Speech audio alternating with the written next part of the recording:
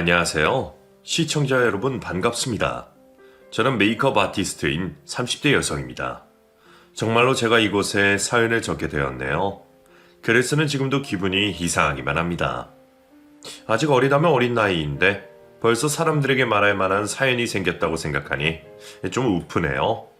살면서 끝까지 미룰 수 있으면 미루라는 게 죽음과 결혼이라고 하던데 아마 저처럼 힘든 후회가 되는 결혼 생활을 한 사람들이 한 이야기겠죠? 지금이야 그 괴로운 고통을 주는 사람에게 해방되었지만 또다시 생각해도 이가 바득바득 깔릴 만큼 화가 납니다. 그때는 완벽하게 복수를 했다고 생각했는데 지금 와서 보니 더 괴롭히고 끝까지 물고 늘어져야 했다는 생각이 드네요. 그래서 또 다른 복수인 제 이야기를 널리 알려보려고요. 그 사람들 이름은 실명으로 적을 수 없어서 아마 주변 지인들은 이 이야기를 듣고 알게 되지 않을까 싶거든요. 거기다 그 가족 중 한 명이 이곳 사연을 보고 있는 것도 봤으니 아마 말은 못해도 속은 부글부글 끓겠죠. 그럼 제게 어떤 사연이 있는지 말해보겠습니다. 저는 어렸을 때부터 꿈이 미용 쪽이라 고등학교와 대학교 모두 미용 관련된 학과를 나왔어요. 그리곤 곧바로 일을 시작하여 스텝 기간과 승급 시험을 거쳐 디자이너로 샵에서 일을 하고 있었죠. 이쪽 일은 개인 역량과 환경에 따라 연봉이 결정이 되었는데 저는 꽤 괜찮은 대우를 받고 있었어요. 지금은 옮겼지만 그 당시 일하던 샵도 청담동에 있었고요. 당시 좋은 남편감이라고 생각하던 남자친구도 있어서 샵에서 받는 대우가 괜찮아지고 곧바로 결혼을 하게 되었죠. 저에게 부모님 두 분이 계셨지만 외동으로 자랐고 20살이 넘자마자 자취를 했기 때문에 항상 가족들의 품이 그리웠습니다. 그 중에서도 언니나 동생을 꼭 가지고 싶었는데 마침 남편에게 나이차가 꽤 나는 여동생이 한 명 있었어요. 저보다 어린 신우와 자매처럼 지내고 싶었습니다. 거기다 저와 같은 공부를 했던 신우다 보니 더 가깝게 지내지 않을까 싶었어요. 당시 신우는 대학을 졸업하고도 취직을 못하고 있던 차라 제가 업계 선배로서 자주 조언을 해주고는 했죠. 그런데 갑자기 저에게 다니고 있는 샵에 연결 좀 시켜달라고 하는 겁니다. 언니, 이런 말만 해주지 말고 언니 다니는 샵에다 넣어주면 안 돼요? 네? 내 가게도 아니고 그걸 어떻게 해요. 지금 있는 스태프들도 다 면접 거치고 들어온 건데. 그리고 지금은 남는 자리도 없어요. 내가 자리 빌 때 연락 줄 테니까 그때도 쉬고 있으면 생각해봐요. 아, 그러지 말고요. 언니 때문에 샵에 오는 사람들도 많다면서요. 그러면 말 정도는 할 수 있을 거 아니에요. 저 울렁증 같은 게 있어서 편한 사람 없으면 실수를 많이 한단 말이에요. 그래서 언니랑 같이 일하면 좋을 것 같아서 말하는 거예요, 네? 저도 결국 직원일 뿐인데 어떻게 원장 선생님께 내 신우 좀 고용해달라고 부탁을 하겠어요. 저도 원장 선생님 하는 말씀에는 네 아니요 밖에 말 못하는 한난 직원일 뿐인데 말이죠.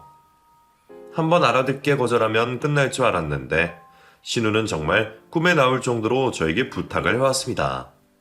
결국 처음이자 마지막으로 원장 선생님을 찾아가 부탁을 드리게 되었죠. 다행히 제가 일하는 동안 좋은 평가를 받은 덕분인지 신우가 일을 하는데 허락을 받게 되었어요. 저도 당연히 안 될 줄 알고 한 부탁이었는데 말이죠. 허락을 받고도 눈치가 보일 수밖에 없었습니다. 당연히 샵 안에서는 말이 나올 만한 이야기니까요. 같이 일하던 직원분들 모두 정식으로 이력서와 면접을 보고 들어온 사람들이었습니다. 그런데 디자이너인 제 부탁 하나로 들어온 낙하산 신우를 좋게 볼 리가 없었죠. 그리고 저 또한 직원들 입에 여러 번 오르고 내릴 것을 알고 있었기 때문이었습니다. 그래서 전 직원들에게 이해를 바라는 마음으로 선물을 준비하고 한 명 한 명의 제 상황을 설명하게 되었죠. 다들 이해해준다면 신경 쓰지 말라 했지만 어쩔 수 없이 긴장이 되었습니다. 하지만 다행히 싹싹하고 애교 많은 성격의 신우가 샵 직원 모두들과 잘 어울려 지냈고 고객님들께도 실수하지 않고 일을 잘하여 큰 문제 없는 출발을 보였죠. 그런데 샵 내부 사정을 조금씩 알기 시작한 신우가 저에게 샵으로 들어온 협찬용 제품들을 자신에게 달라며 노골적으로 부탁하는 거예요. 언니, 근데 아까 들어온 화장품이요. 그 협찬 아니죠? 가끔 들어와요. 우선 비상용으로 좀 챙겨놓고, 그래도 좀 많다 싶으면 디자이너 선생님들께 나눠주고요. 그래도 언닌 디자이너인데 필요하다면 더 챙겨주지 않아요? 그거 받아서 저 주면 안 될까요? 저 월급은 너무 적은데 쓸 때는 많아서 화장품 사는 게 너무 부담되는데. 나도 위에 쌤들이 주면 받는 거지 먼저 달라고는 말을 못해요. 우선 오늘 받은 거 있으니까 이거 써요. 다음에 또 받으면 줄게요. 다시 한번 말하지만 제가 샵 원장도 아닌데 어떻게 제 마음대로 가져다 쓰겠어요? 주면 감사히 받는 거고 못 받으면 그냥 마는 거지. 근데 신우는 겨우 디자이너인 저를 대단한 사람으로 아는 건지 아니면 다 알면서 억지를 부리는 건지 화장품 좀 달라고 귀에 못이 박히도록 말하더군요.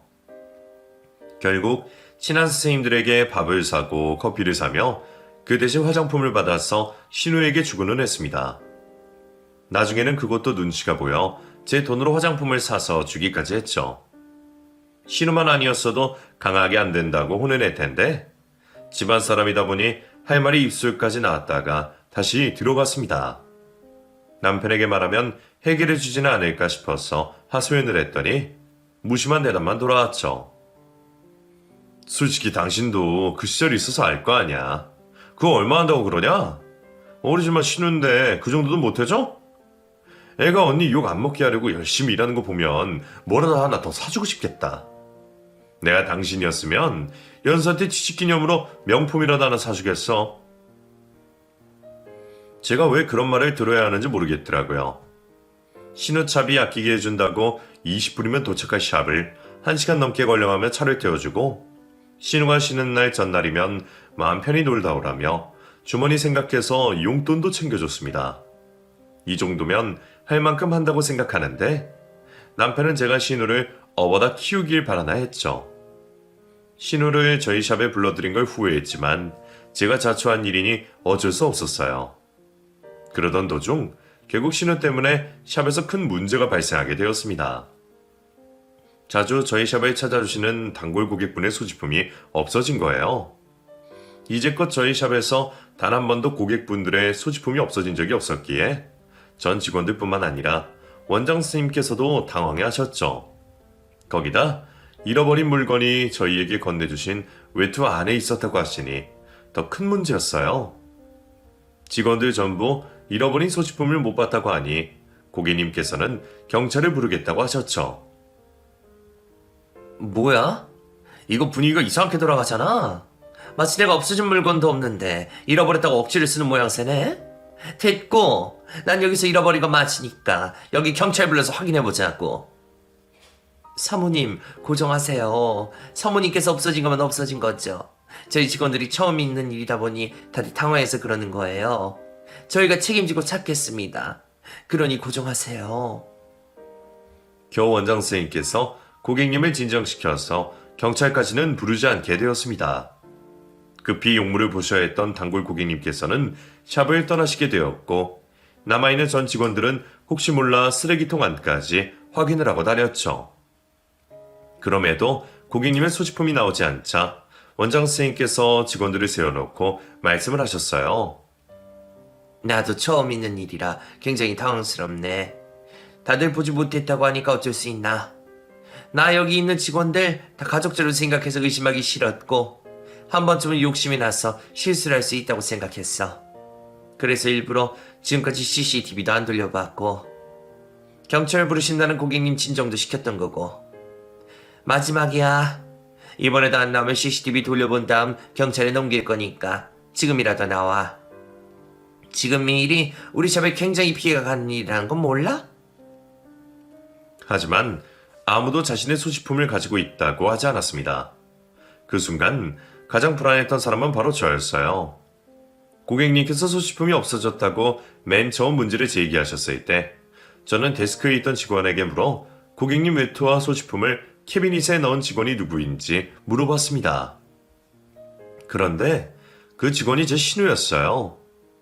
그 이야기를 듣자마자 혹시나 싶었던 저는 신우에게 다가가 소지품에 대한 행방을 모르냐고 물어봤죠. 아가씨, 고객님 웨터 소지품을 캐비넷에 넣은 직원 아가씨라면서요. 혹시 떨어뜨린 거 아니에요? 언니, 제가 일을 그렇게 못할까봐요? 아니에요. 저분께 봐도 웨터 소지품 그대로 캐비넷에 넣었고 없어졌다는 물건 안 가져갔어요. 언니, 설마 나 의심하는 거 아니죠? 의심하는 게 아니라 혹시 실수했을까봐 그러죠. 아니에요. 저 사람 괜히 집이나 차에 놔두고 온 걸 가지고 엄한 곳에서 찾는 거 아니에요. 그런데 왜 그렇게 신우가 하는 그 말들이 믿음이 안 가던지 원장님 지시에 이곳저곳을 돌며 고객님의 소지품을 찾을 때도 제 눈과 마음은 신우를 향해 있었습니다. 물론 신우는 저뿐만 아니라 원장 선생님과 담당 디자이너 선생님께도 자신이 정말 아니라며 억울해했지만 저는 뭔가 모르게 계속 마음이 불안했어요.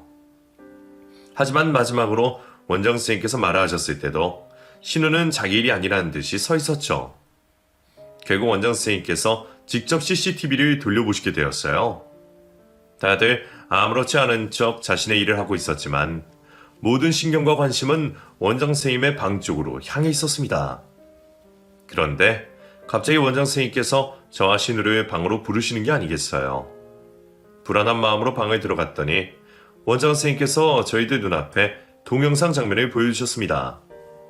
그곳에는 외투를 건네받은 신우의 손이 빠르게 움직여 앞치마 안으로 무엇인가를 넣는 장면이었고 그 다음은 테라스 쪽으로 나온 신우가 화분들이 있는 쪽으로 무엇인가를 넣고 숨기는 장면이었죠. 마지막 장면에 연수씨가 무엇인가 넣은 곳에서 이 팔찌가 나왔어요. 내가 고객님께 이 팔찌가 맞냐고 연락을 드렸더니 맞다고 하시더군요. 연수씨 외에는 이곳에 간 사람이 없는데 이게 어떻게 된 상황인지 말해볼래요? 네? 그게 그쪽으로 간 건 맞는데 물건을 찾으러 다닌 거지 숨기러 간 건 아니었어요. 여기 장면은 고객님께서 이 팔찌가 없어졌다고 말씀하시기 전인데요. 아, 그러면 제가 담배 피는 것 때문에 갔나? 하여튼 제가 훔친 거 아니에요. CCTV에도 팔찌처럼 보이는 건 없잖아요. 지현 선생님? 사실 나 지현 선생님만 믿고 연수씨 오케이 한 거예요.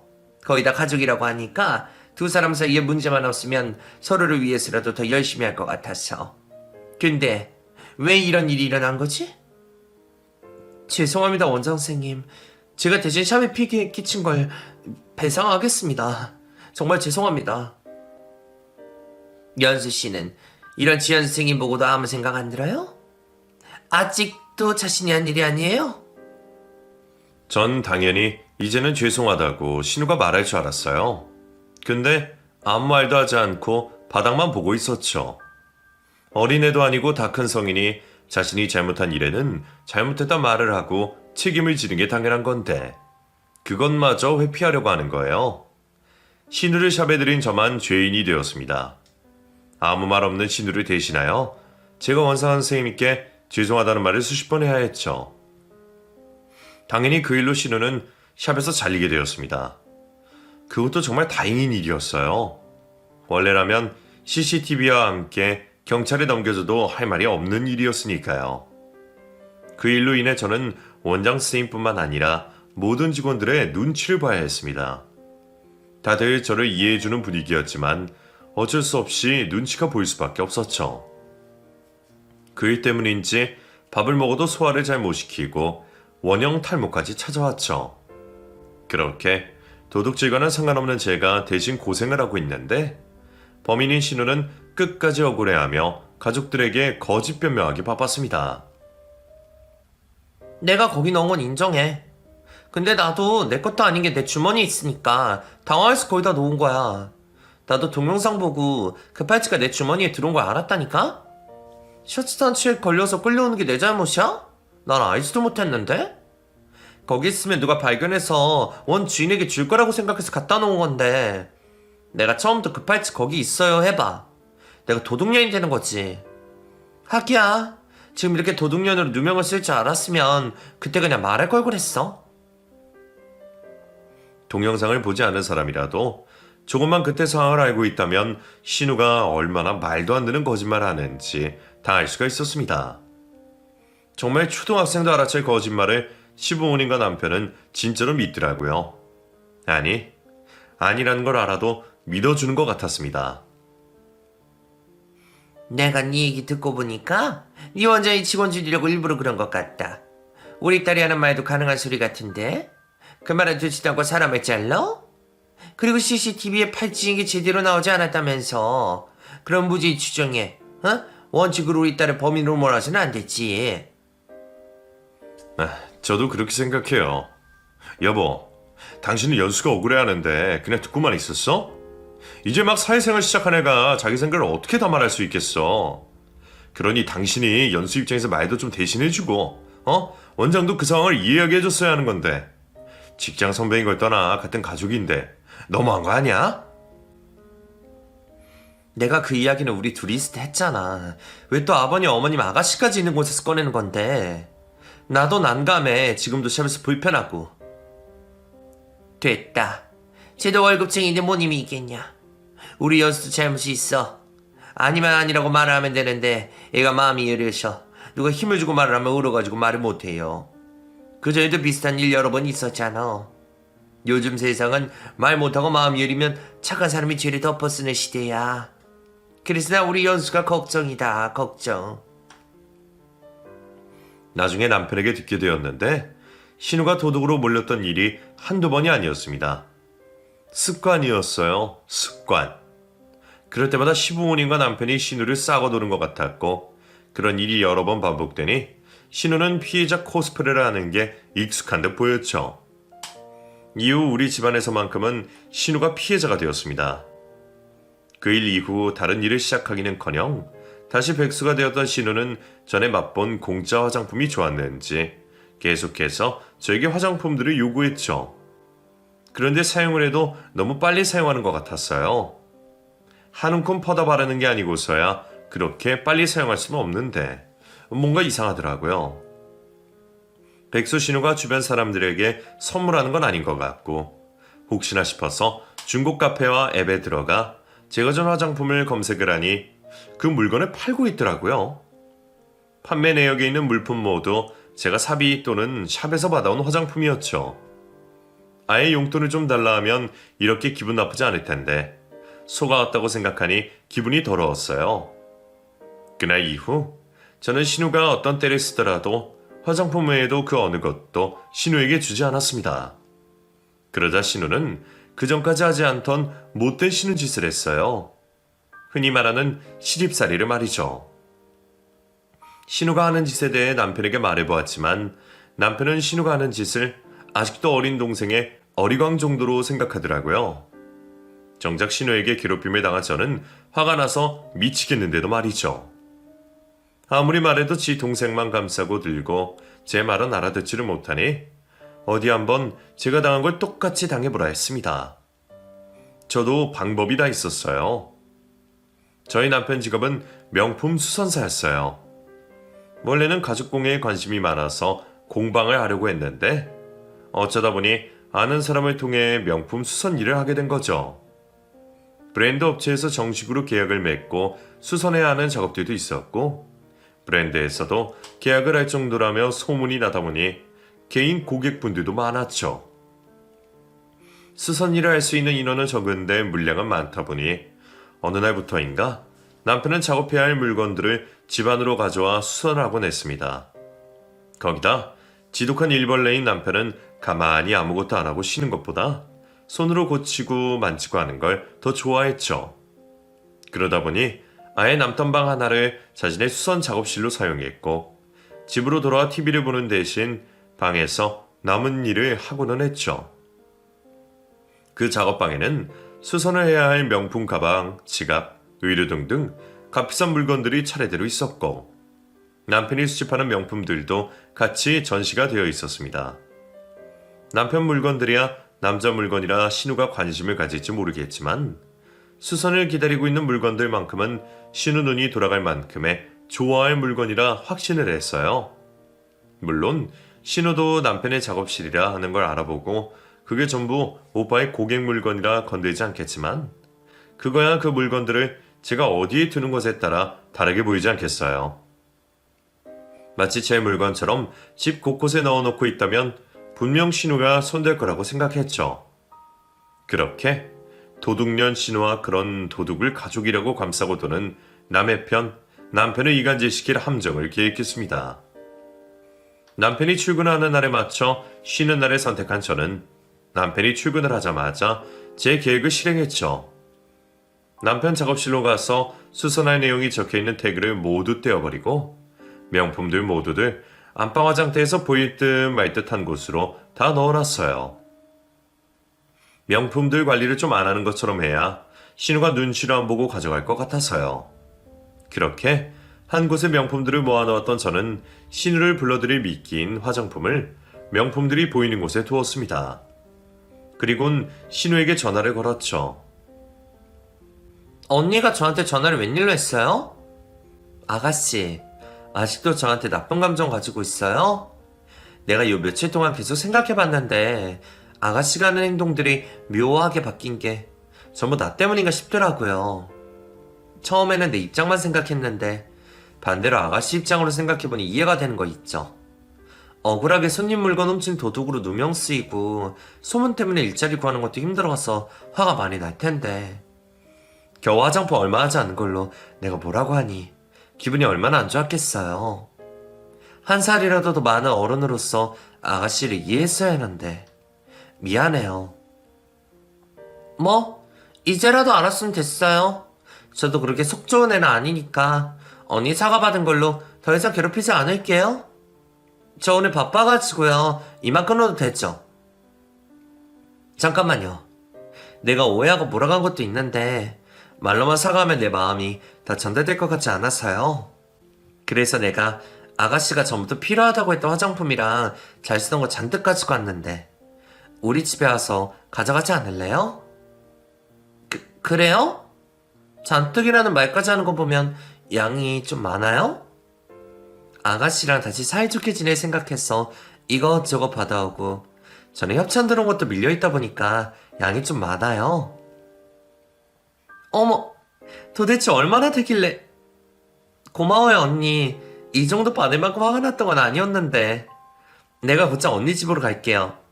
혹시 뭐 먹고 싶은 거 없어요? 내가 디저트라도 사갈까요? 아니에요. 사도 내가 사야죠. 그냥 화장품 담아갈 것만 가지고 빈손으로 와요. 제 사과에도 심드렁한 태도였던 신우는 화장품이 쌓여있다는 말에 좀 전과는 전혀 다른 태도로 저에게 콧소리까지 냈습니다. 우리 집까지 택시를 타고 온다고 해도 못해도 30분 이상은 걸릴 테니 그 사이 저는 집 곳곳을 비추는 홈캠을 설치했죠. 전화를 마치고 한 10분 정도 흘렀던 것 같은데 신우에게 10분 뒤면 도착하겠다고 연락이 오는 거예요. 제 전화를 받자마자 택시를 타고 오는 건지 예상보다 빠른 신우의 도착에 빨리 준비를 마친 뒤 전화를 걸었죠. 아가씨, 어떡하죠? 나 저번에 시술했던 고객분 문제가 생겼나봐요. 빨리 샵으로 들어가 봐야 하는데. 네? 이제 한 10분 안 걸리는데? 조금만 기다렸다 물건만 주고 가면 안 돼요? 급한 일이라 벌써 가고 있는 중이에요. 언니, 설마 일부러 이러는 거 아니죠? 나 괜히 언니 하는 행동이 의심 가려고 하네? 그럴 리가요. 그러면 내가 집 비밀번호 알려줄 테니까 챙겨가요. 미안해요. 오늘 아가씨랑 이전에 쌓은 감정들 다 풀려고 했는데. 뭐 오는 말 날도 아니니까 다음에 풀면 되죠? 그리고 우리 사이에 풀고 말고 할 게 어디 있어요. 아까 사과라 다 없던 일로 한다니까? 아, 그리고 거기 내가 선물한 화장품 말고도 내 거 중에 갖고 싶은 거 있으면 다 가져가요. 저도 양심이 있지. 그 정도 화장품이면 충분해요. 혹시나 제가 준비한 화장품만 가져가면 어쩌나 싶었습니다. 그리고 화장품에 정신 팔린 신우가 보일 듯 말 듯하게 놓아둔 명품들을 못 보면 어떡하나 싶었죠. 근처 카페에 도착한 저는 휴대폰으로 집 내부를 초조하게 보고 있었어요. 드디어 신우가 집 안으로 들어왔고 이리저리 둘러보며 화장품을 찾더군요. 그리곤 화장대에 쌓이는 화장품을 보고는 자리를 잡고 하나씩 확인을 하고 있었습니다. 제발 미끼만 가지고 떠나지 말아달라고 빌고 있는데 신우가 자리에서 일어나 그냥 가려는 거예요. 이렇게 실패로 돌아가나 다음 함정은 또 어떻게 해야 하나 고민을 하고 있는데 신우가 다시 뒤를 돌아 제 화장대로 갔죠. 그리곤 제 화장품들을 발라도 보고 확인도 하면서 챙길 걸 나누고 있었습니다. 그때 신우가 드디어 제가 넣어둔 명품들을 발견한 것 같았어요. 하나씩 꺼내보던 신우는 화장대 거울이 작은지 화장실로 가서 이리저리 대보는 것 같았죠. 조마조마하게 지켜보고 있는데 신우에게 전화가 걸려왔습니다. 언니, 화장품 뭘 이렇게 많이 준비했어요? 이게 다 언니 마음이라고 생각하니 너무 감동이에요. 근데 아까 갖고 싶은 거 다 가져가라고 했잖아요. 그거 진짜 맞죠? 그냥 마음에도 오는 말 한 거 아니죠? 그럼요. 혹시 내가 나중에 딴 말 할까봐 그래요? 거짓말 아니에요. 내 거 필요한 거 있으면 다 가져가도 돼요. 몇 번이나 확인을 하는 신우를 보니 제가 모아둔 명품을 모두 가져가겠구나 싶었습니다. 거기다 나중에 할 변명도 예상이 가더라고요. 분명 내가 다 가져가라고 했다고 억지를 쓰겠죠. 그러거나 말거나 어차피 신우가 가져갈 명품들은 제 물건도 아니니까 상관은 없었지만요. 그렇게 제 함정에 빠진 신우는 저희 집 화장실에서 패션쇼를 벌이다 제가 놓아둔 명품들을 가방에 잔뜩 넣고 그것도 모자라 둘러매고 저희 집을 나갔죠. 저는 곧바로 중고 판매 카페와 앱에 미리 즐겨찾기를 해놓은 신우의 아이디를 확인했습니다.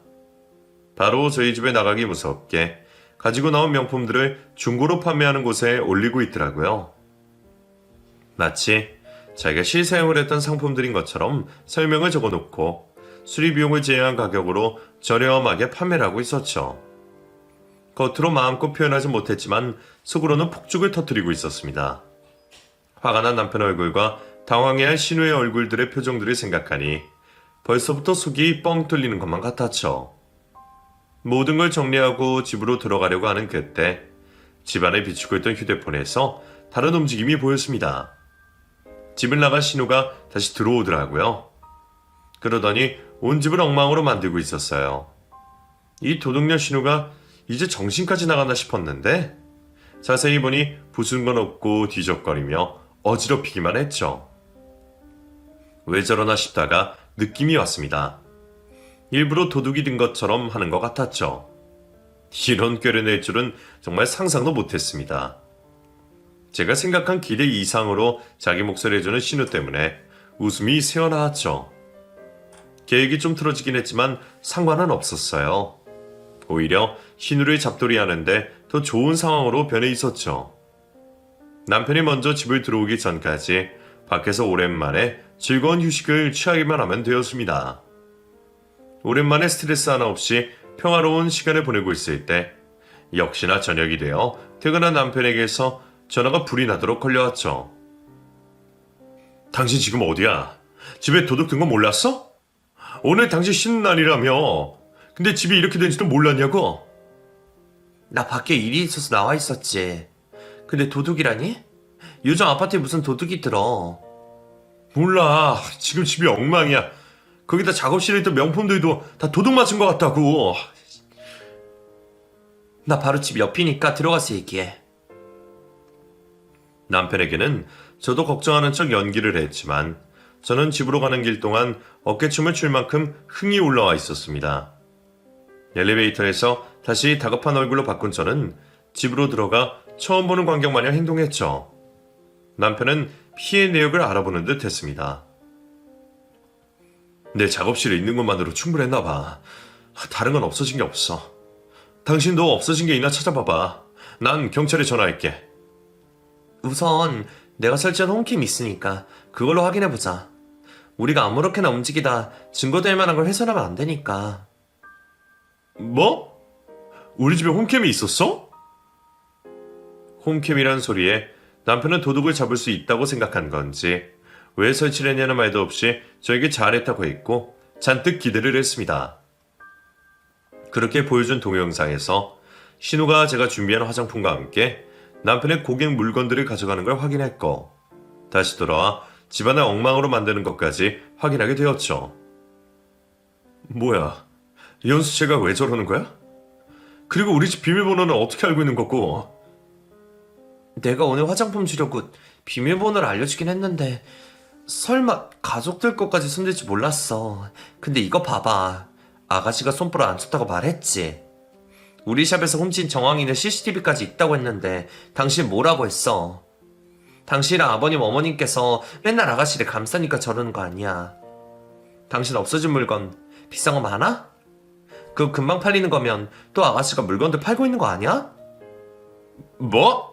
아이씨, 이연수 이게 정말 미쳤나? 나 이거 증거 부모님께 보여주게 휴대폰 좀 빌려줘. 아니다. 당신도 우리 집으로 같이 가자. 오늘 내가 이년 손버릇 단단히 고쳐놔야겠어. 남편이 그렇게 화가 난 건 또 처음 봤습니다. 그럴만도 한 게 없어진 물건을 고객분에게 보상해줘야 하는 건 물론이고 소문이라도 나면 어떻게 되겠어요. 아무리 실력이 좋다고 해도 소중하게 아끼는 물건 고쳐서 오래 쓰려고 맡겼더니 없어졌다고 하면 맡길 사람이 있을까요? 그 명품 사는 사람들이 돈이 없는 것도 아니고 다 그 물건에 애착이 있어서 맡기는 걸 텐데 남편도 그걸 알고 있으니 더 화가 났을 겁니다. 그러게 거칠게 차를 몰고 시댁에 도착을 했고 남편은 시부모님께 인사도 하지 않고 곧장 신우의 방으로 가서는 신우의 머리채를 잡고 거실로 던져버렸죠. 오빠 왜 이래? 미쳤어? 갑자기 들어왔으면 왜 이러는데? 야, 이현수, 너 잘못한 거 없어? 이게 정말 미쳤나? 안방과 주방에 계시던 시부모님도 남매가 벌이는 난리통에 뛰쳐나오셨고 두 사람 사이를 말려보려 했어요. 저도 화가 잔뜩 나 신우를 잡아먹으려고 하는 남편을 말리는 척을 했죠. 여보, 우선 얘기나 들어보고 그 다음에 오늘래. 물건만 그대로 있으면 되잖아.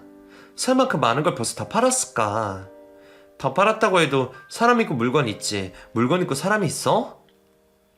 보상할 돈은 집을 팔아서라도 갚고 떨어진 평판을 다시 열심히 해서 올리면 되는 거잖아. 남편과 신우를 위하는 척하면서 남편 약을 올리는 말을 이어갔습니다. 그 말 때문인지 몰라도 흥분한 남편은 모르쇠로 일관하고 있는 신우의 머리채를 잡고선 기싸대기를 날렸죠. 야, 그거 내 물건들 아니야. 그거 전부 우리 가게 믿고 맡긴 고객들 거라고. 그리고 그게 내 거든 아니든 어디 가족 물건까지 손을 대? 너 가족들 거까지 손대라고 지금까지 네 편에 서서 감싸준 줄 알아? 벌써 바늘 도둑이 소도둑된 것 같은데 내가 정말 다시는 바늘도 짚지 못하게 후려패줄까? 빨리 가져간 물건 꺼내놓고 무릎 꿇고 부모님과 내 앞에서 네가 지금까지 앉았다 다 말해. 어서. 현수야, 너야말로 어디 가족들끼리 손을 위들러? 그것도 네 여동생한테 그러면 돼? 얘가 뭘 훔쳤다고 그래? 너도 지연이 제가 아는 것처럼 네 동생 도둑으로 몰아가는 거야? 엄마, 상황 좀 파악하고 말하세요. 그리고 이제까지 모른 척한 거지 제가 손버릇 안 좋은 거 알고 계셨잖아요. 제가 아무 증거도 없이 이렇게 하겠어요? 연수가 우리 집에 들어서 내 물건 훔쳐가고 도둑이 든 것처럼 보이려고 집을 엉망으로 만든 증거까지 있다고요. 아빠 엄마는 또 제끼고 돌 게 뻔하니까 이번에 제가 교육합니다. 제 가만히 놔두다가는 도둑질로 경찰서 간다고요. 남편은 저에게 신우가 저희 집에서 벌이는 장면이 찍혀있는 동영상을 요구했고 그걸 저에게 받아 시부모님께 전부 보여드렸죠. 지금까지 이악 물고 자식의 도둑질을 모른 척 해오던 시부모님도 자기 오빠네 집까지 털고 있는 장면을 보고자 다리에 힘이 풀렸는지 그 자리에 주저앉아 버렸습니다. 상황이 이렇게 되니 신우도 자신의 행동이 담긴 증거가 있다는 걸 아는 듯 했고 어쩔 줄 몰라 하더군요. 빨리 내놓으라는 남편의 말에 대답을 하지 못하자 남편은 더는 안 되겠는지 신우를 복날에 개를 패듯이 신우를 잡기 시작했죠. 남편이 신우를 때리는 소리, 신우가 아파하는 소리, 그 소리를 듣고 움찔대는 시부모님 소리까지 저에게는 폭죽이 터지는 것처럼 짜릿하게 들려왔습니다. 한참 동안 제게 폭죽이 터지는 것과 같이 들리던 그 소리들은 신우의 얼굴이 알아볼 수 없을 정도로 망가지고 나서 그만 울리게 되었죠. 남편은 신우를 잡는 건 이 정도로 하고 물건들의 행방과 자신의 작업방이라는 걸 알면서도 물건을 훔친 이유를 물어봤어요. 훔친 것들은 보자마자 인터넷에 중고를 올려서 다 팔았어. 조금씩 다 문제가 있길래 싸게 올렸더니 바로 연락이 오더라고. 내가 오래 가지고 있어봤자 들키고만 하지 좋을 건 없을 것 같아서 전부 다 팔아버렸어. 근데 난 그게 오빠 물건인지 몰랐어. 훔친 것도 오빠 작업방이 아니었고 언니가 오늘 화장품 주면서 가지고 싶은 거 다 가지라고 하길래 다른 화장품 찾다가 바로 옆에 있는 오빠 물건들 보서 가지고 온 거야. 근데 여자 물건이고 안방에 있길래 언니 거라고 생각했어. 정말 오빠 방에서 안 가지고 왔다니까? 이게 끝까지 거짓말이네. 솔직히 말하고 빨리 내놔라. 말이 앞뒤가 안 맞잖아. 물건에 발이 달렸어? 지발로 안방으로 가게? 그래 네 입으로도 이 사람 화장품 고르고 있었다며. 근데 갑자기 왜 화장품이랑 관계가 없는 걸 가져가? 그건 언니가 다 가지라는 게 화장품인 건 알긴 했지만 어가 다르다고 앞에 뭘 다 가지라고 말하지 않아서 물건들까지 가지고 간 거야. 진짜야. 동영상 있으면 내가 작업실에서 나올 때 물건 가지고 왔는지 아닌지 보면 되잖아. 남편은 또 신우가 거짓말을 한다고 생각하고 손이 먼저 나가려고 했어요. 이러다간 끝이 날 것 같지 않기도 했고 저도 되지도 않는 연기 그만하고 속 시원하게 말해야 할 것 같아 남편을 말렸죠. 아가씨 말 맞아. 아가씨 작업실에서 물건 안 가지고 왔어. 뭐? 당신은 왜 갑자기 얘 편을 들어? 동영상 다시 봐보든가. 진짜 아가씨는 안방에서 당신 고객도 물건 챙겨갔다니까? 왜 사람 말을 믿어야 할 땐 못 믿고 안 믿어야 할 땐 믿어? 이 집안 내력이야? 뭐? 지금 당신 뭐라고 하는 거야? 나 장난할 기분 아니니까 왜 무슨 말인지 알아듣게 이야기해. 아가씨, 그 화장대 옆에 있는 서랍에서 발견했죠? 거기에 잔뜩 있었고 그거 내가 가져다 놓은 거예요. 당신이 수리혜택을 달아놓은 것도 내가 다 빼놨고 근데 제가 옆방으로 옮겨놓은 것도 절도죄가 되나? 결국 네 예상대로 가져간 아가씨 잘못이 맞잖아. 뭐야? 당신 갑자기 왜 이래? 무슨 갑자기는 갑자기야. 너희들이 날 이렇게 만들었잖아. 내가 제안했지 당신한테 말했지. 근데 당신 귓등으로도 듣는 척도 안 했잖아. 내가 쟤 때문에 얼마나 괴로운지 말했는데 당신은 관심도 없었잖아. 나 쟤 때문에 살도 빠지고 원형탈모도 왔어. 거의 다 생리 주기도 엉망으로 되고. 근데 당신 동생이라고 이 집안 하나밖에 없는 귀여운 막내딸이라고 제대로 혼 한 번 낸 적 있어? 참 물건 탐낼 때도 도둑질에서 걸렸을 때도 전부 다 나 혼자 감당했어. 잘못한 년은 잘못했다는 말 한 번을 안 했는데 내 입에서는 잘못했습니다. 죄송합니다라는 말이 입에 배도록 말했다고. 왜? 당신들이 쟤를 그렇게 키우고 감쌌으니까. 야 이현수, 너 내가 너 화장품 사주는 사람이냐? 너가 들어올 수도 없는 곳에 낙하산으로 취직시켜줬으면 고마워할 것이지. 계속 부탁만 해. 누구는 수습 스티키가 없었어?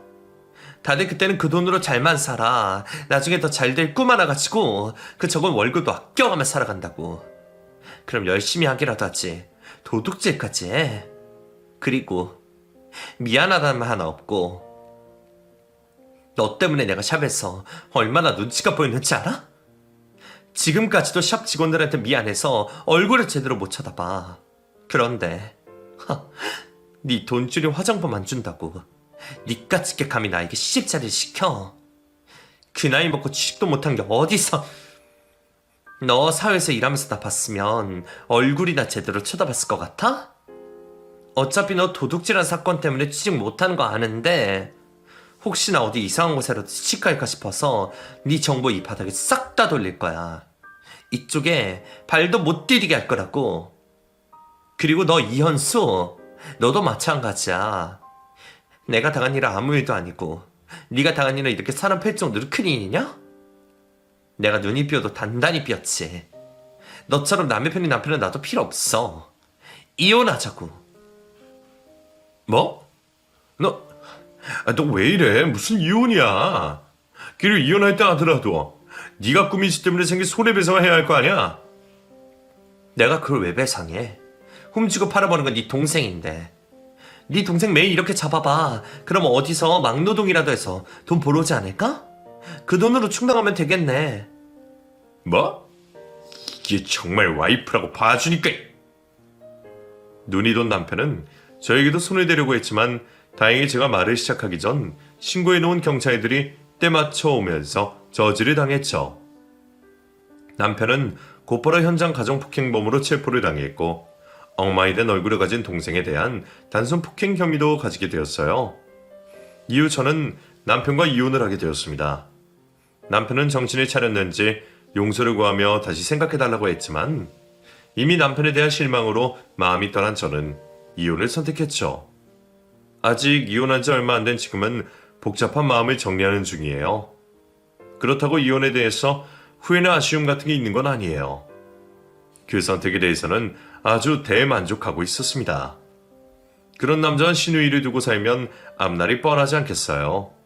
그냥 저에 대해서 좀 더 알아가고 있는 중이라고 하면 될 것 같네요.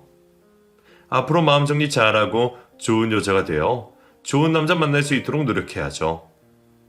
제 복수극 어떻게 들으셨는지 모르겠네요.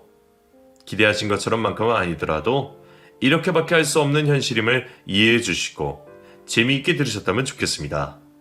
그럼 인사드리고 마무리하도록 하겠습니다. 다들 행복하시고 읽어주셔서 감사합니다.